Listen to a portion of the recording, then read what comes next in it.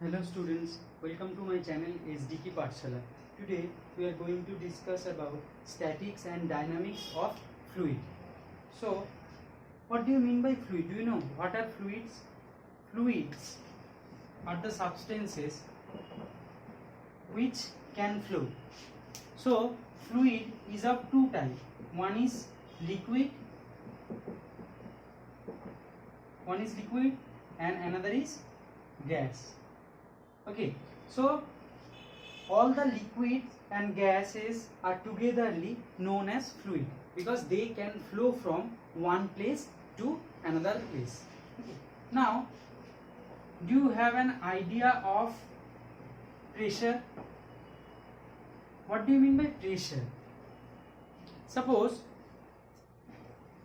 in a particular day you are going to school, and on that day you have or you need to carry 4 books, and on other day you need to carry 6 books. So in which day you will feel the more pressure on your shoulder due to the weight of the body or weight of the bag rather. So on the day when you carry 6 books, because 6 books are more heavier than 4 books, so weight is a kind of force. So force applied per unit area normally is known as, normally means perpendicularly, is known as pressure. So pressure is equals to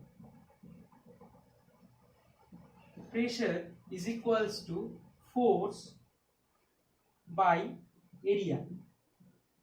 So force acting perpendicularly to unit area is known as pressure. Okay, so force, what is force? Force is an external agency by applying which we can do several kind of work. So we know it, what is force. So when force applied per unit area, then it is known as pressure.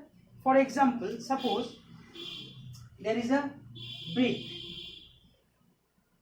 which is placed on the ground like this. So the brick has a mass, it has a mass. So as it has a mass, so it does have a weight. So weight is a kind of force. Weight, what is weight? Do you know what is weight? Weight is a force by which earth attract any object towards its center. So weight is a kind of force. Weight is a kind of force. So as it is having a weight, so it will give a force, and that force act on this area of the brick or this area of the floor. So here if the weight is W and the area is A, then what force does it extract? Here that force, that pressure will be force per unit area, that is W by A. W is weight. Weight is a kind of force. Okay. So what is the relationship between the pressure and area when the force is constant? When the force is constant. Suppose, I am giving you few examples. How the straps of your bag look, school bag looks. The straps are wider. So why the straps are not narrow? Why the straps are wider? Why the straps are not narrow? Suppose you carry few books or 4 books and 3 copies, or 4 books and 4 copies in a particular day. So that is having a particular weight. Suppose the weight is F. Now this strap, suppose you have 2 bags. One bag, the strap is of this area capital A, and another bag having the area, strap area is small a, where capital A is greater than small a. Now if force is constant. Force is constant means here the number of books and number of copies are constant. So when we keep the book on the first bag where the strap is wider, there the pressure P1 will be F by A, and when you keep all those books and copies in the bag which is having the narrower strap, there you will get the pressure, or you will feel the pressure P2 is equals to F by A. Now between F by capital A and F by small a, which one is greater? This one is greater. Why this one is greater? As A greater than A, so F by A less than F by A, small a. Why? Because if numerator remains same and denominator increases, then the total value decreases. For example, suppose numerator is 1, in one case 10, another case also numerator is same. Okay, now here if you divide 10 by 5 and here you divide 10 by 2, so here the numerator is greater and here the numerator is lesser. So which one will be greater? 10 by 5 is 2 and 10 by 2 is 5. So which one will be greater? This one is greater. So like that, F by capital A is smaller than F by A, because A, capital A is greater than small a. So like capital A, suppose 5 and small a is 2. So which one will be greater? This. So pressure, feel, if you feel the pressure greater in case of the bag which is having the narrower strap. Okay, so understand what is pressure. Now in case of a brick, suppose there is a brick, or in case of a pencil box, suppose there is a pencil box. You have the pencil box now. So suppose you have a pencil box, you keep the pencil box on a table like this, keeping the area like this, and the next time you keep the pencil box like this.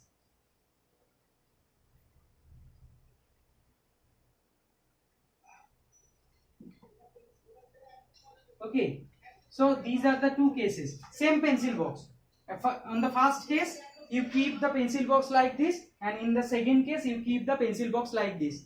Then in which time it will feel or it will exert the greater pressure? Obviously in case of this. Why? Because here the force is constant, because weight of the boxes are constant.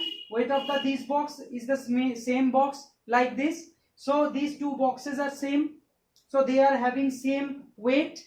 But here the area of contact is this, and here the area of contact is this. Obviously from this figure we can see that the area is lesser here and area is greater here. So as pressure is inversely proportional to area, that is, when force constant, then pressure is inversely proportional to the area. So in this case we will feel the greater pressure, or it will exert the greater pressure. Okay, so for pressure, what is the relation between force and area? Pressure and area. Pressure is directly inversely proportional to the area when force constant, and pressure is proportional to the force when area constant. Okay, like for the next example, pressure is directly proportional to force. Suppose you keep 10 books at a time in your bag, and you keep 5 books at a time in your bag, then which will feel heavier? Obviously the time when you keep 10 books, so you will feel greater pressure. Next, for an example where it depends on area, suppose in case of a knife, in case of a sharp knife and in case of a blunt knife. In case of a sharp knife, sharp.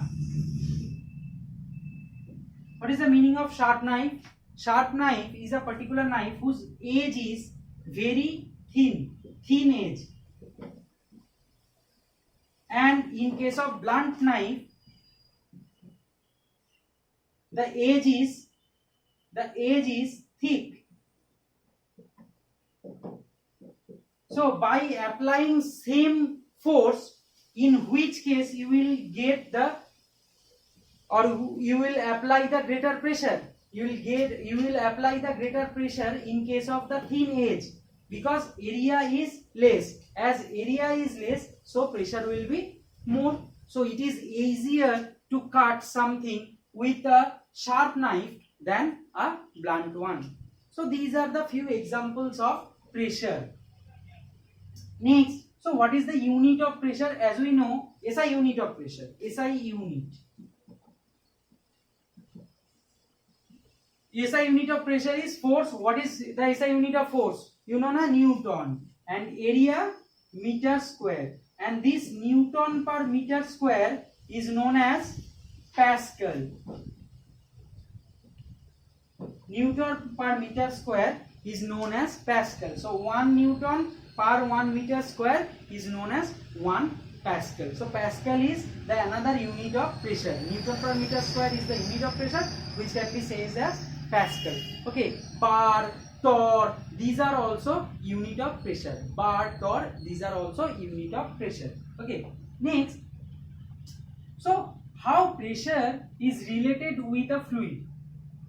What do you think? How the pressure, or how fluid exert pressure? Does fluid exert pressure? Does water exert pressure? Does air exert pressure? Obviously it does. Why? Because they are having some mass, and as they are having some mass, so they are having weight. So weight is a kind of force. So force exerted per unit area is pressure. So that's why as any fluid have mass and weight, so that's why they exert pressure. That's why when we want to go deep inside the sea or deep inside the ocean, at that time we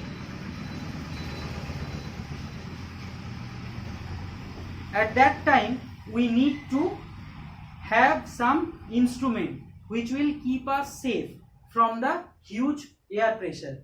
Either we need to wear different kind of suits, or if we want to go more deep, then deeper into the sea, then we need a vessel or a container type like submarine, which will control the pressure. Otherwise, due to the huge pressure of water, we will not survive there. So due to the survival, we need those special kind of instruments. Okay, so in case of statics and dynamics of fluid, here a particular fluid give pressure. For example, you can do yourself a particular experiment. You can do what you can do. Take a bottle. Okay, like this. Take a bottle. Okay, now fill the bottle with water. Fill the bottle with water. Okay, no need to put the cap. Next,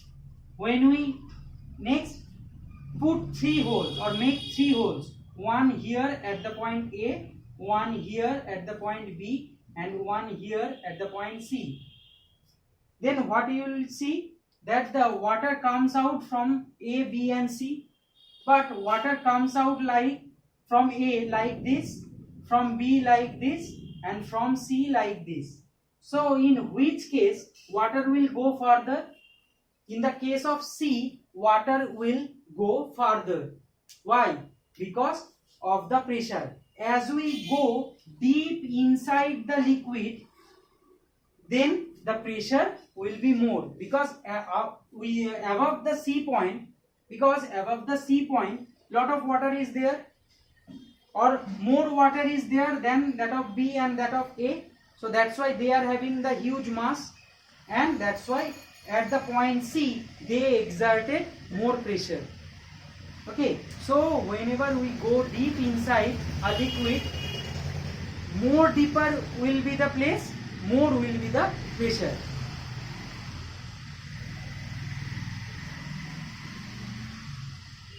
Remember one thing also, that at a particular point or at a particular depth in a particular plane, in all the places the pressure is same. Okay, like in this plane, at all the point the pressure is equal. But when we go here at the point B, at this depth, pressure is also same everywhere on that plane. Okay, so this is liquid pressure. Next, we need to know about a particular theorem which is known as Bernoulli's theorem. What theorem? Bernoulli's theorem. So Bernoulli's theorem is associated with the energy, with the total energy of a fluid, with the total energy of a fluid. So Bernoulli's theorem states that the kinetic energy, the potential energy, the kinetic energy per unit, the sum of the kinetic energy per unit mass, potential energy per unit mass, and the pressure energy per unit mass for a incompressible, non-viscous, streamline motion, the sum remain constant. But for your class, no need to remember this statement. You just need to understand two factors. One is pressure and one is the speed. How pressure of a fluid depends with its speed. So from the Bernoulli's theorem, we have come to know that pressure of a fluid is inversely proportional to the speed of the fluid. Pressure of the fluid or pressure exerted by the fluid is inversely proportional to the speed of the fluid. For example, suppose you can do it at your home. Take two balloons, okay, and hang them with a thread side by side so that there is a little gap between those two balloons. Okay, now take a straw and blow inside it, within it. Okay, blow within the or between the two balloons, between the area of the two balloons. You will find that as soon as you blow air, then these two balloons come closer to each other. These two balloons come closer to each other and stuck together. Okay, then they will again move away from each other. So why this phenomenon occurs? This phenomenon occurs because as we blow between them, then the speed of the air increases, and as the speed of air increases here, so air is a kind of fluid, so here pressure decreases, so low pressure created. But here the speed is more, so here the speed is less, so here high pressure.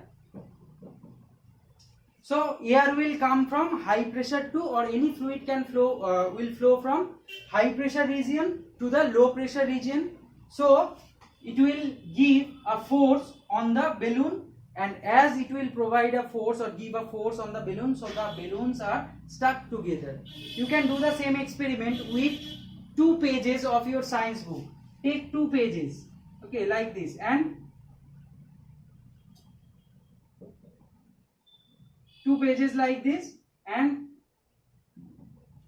between those 2 pages you just blow between those 2 pages. For example, like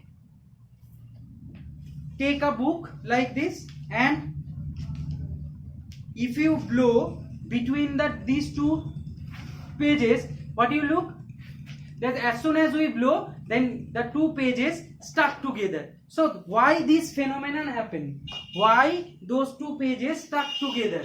Because as soon as we blow between the 2 pages, the air or the speed of the air increases, and as the speed of the air increases, so pressure decreases, so low pressure will create between the 2 pages, and here the pressure is high because here the flow or here the speed of the air is less, so that's why high pressure created here. So the air will give a pressure on the pages, and the pages will come closer to each other. So there are several examples of Bernoulli's principle, or according to Bernoulli's principle, several things occur. Like in case of a aeroplane, in case of an aeroplane, what happened? In case of an aeroplane, the wings of the aeroplane, suppose this is an aeroplane, so in case of an aeroplane, the wings are like this. Okay, so the wings looks like this. So if you see the wings close, at a close look, then you will get to see that the wings are kind of convex in nature, that is, at one portion is outer like this and one portion is inner. So you will get a bulge like this D kind of shape in the particular wing. So air like this, okay, in case of a spoon, outer surface and inner surface. So this is the convex surface and this is the concave surface. So when it sucked the air,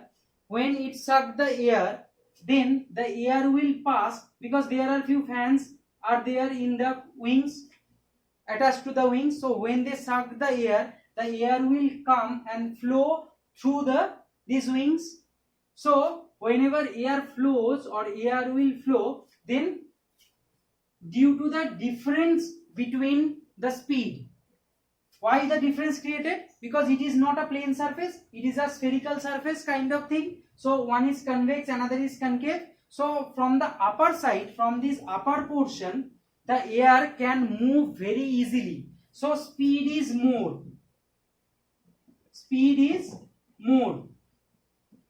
But in the lower portion, the speed of the air, or the air can't move that easily. So speed is less.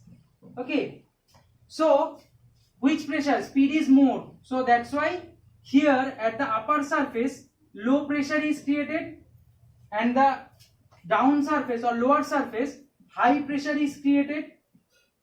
Okay, so and air try to go from high pressure to low pressure, and that's why it will give a force on this wing, upward force on this wing. So this wing can feel the upward force and they just take away or take up the aeroplane. Okay, another example. When you are in a railway station and there is a through train, then before passing the through train, there is an announcement that the person or the passengers are requested to keep safe distance. Why? Because train doesn't come up to the station. Okay, it will not come up to the platform. But when it speedingly go pass away with a high speed, when the train pass with a high speed, so the layer which is attached towards with the train, it will also go with a high speed, and there is a pressure difference created in front of you and at the back of you. In front of you, the air moves very fast. So as the speed of air is more, so low pressure is created in front of you, and at your back high pressure is there, because there the speed of air is not more, so high pressure is there. So air will try to go from your back to in front of you, and there is you who are the obstacles. So that air will push you, and if you push forward, then you may collide with the train. So that's why you are suggested or you are advised not to go very close to the train, to the through train. Okay, so these are the few examples of statics and dynamics of fluid, or you can say the Bernoulli's theorem. Okay, so this is about the chapter. So read the chapter carefully, and if you have any doubt, then you can send it into the comment box. And if you like my video, then press the like button, and if you not subscribed yet to my channel, then please subscribe to my channel and press that bell icon so that you can get the notification regularly.